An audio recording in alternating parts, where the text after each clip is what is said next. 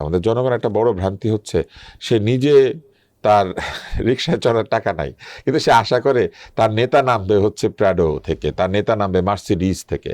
এই নেতা তাহলে কিসের নেতা যদি বিরাট একটা গাড়ির থেকে না নামে? এটা আমাদের জনগণের একটা বৃহৎ ভ্রান্তি। জনগণ মনে করে এই শক্তি যে প্রদর্শন করতে পারে সে নেতা হবার উপযুক্ততা পেয়েছে। এই শক্তি যে প্রদর্শন করতে পারে সে তো সময় দিবে না। সে যদি হালাল পথে এই গাড়ি বাড়ি কামিয়ে থাকে তাহলে তার নিজের ব্যবসা বাণিজ্য বাদ দিয়ে সে কী কারণে এখানে আসবে? এটা হারাতে আসতে পারে। সেক্ষেত্রে সে একজন দানবীর লোক হবে।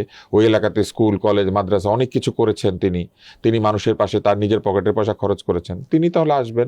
তা আসলে পরে তার বড় গাড়ি থেকে নামতে হবে কেন? এটা হচ্ছে একটা।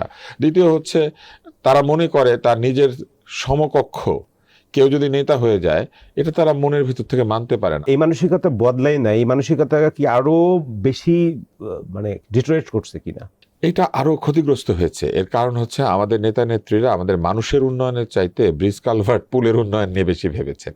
এবং একটা দেশের মানুষ যদি প্রযুক্তিকে ব্যবহার করতে না পারে তাকে উন্নত প্রযুক্তি দিয়ে তো কোনো লাভ নাই। আপনার মনে আছে পদ্মা সেতু হলো, একজন নাটবল্টু খুললো, আরেকজন এখানে টিকটক করলো, আরেকজন ওইখানে দাঁড়িয়ে মূত্রত্যাগ করলো, আরেকজন আবার ওইখানে মোনাজাত করলো, সেজদা দিল একজন।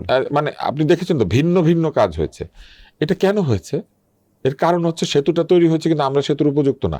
আমরা প্রথম দিনই দুর্ঘটনা ঘটিয়ে দিয়েছি, দ্বিতীয় দিন ঘটিয়েছি, এক সপ্তাহের মধ্যে মোটরসাইকেল চলা বন্ধ।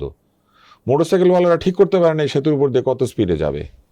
গাড়ি চালানো না শিখলে সেতু বানিয়ে লাভ কি? আপনার সারা দেশে ভুয়া লাইসেন্স, সারা দেশে ব্যাটারি চালিত রিক্সা যেটার কোনো লেজিটিমেসি নাই, টেসলা, হ্যাঁ, যেটাকে টেসলা বলে সংসদে একজন মন্ত্রী বলেছিলেন যে এটা নাকি বিদ্যুৎ চালিত টেসলা। ইকোনমিক স্টোরিও করছিল বাংলার টেসলা। হ্যাঁ, যাই করুক, ইকোনমিক্স তো কত কিছু করে, বিজনেস স্ট্যান্ডার্ড আমার ধারণা এরকম করে না।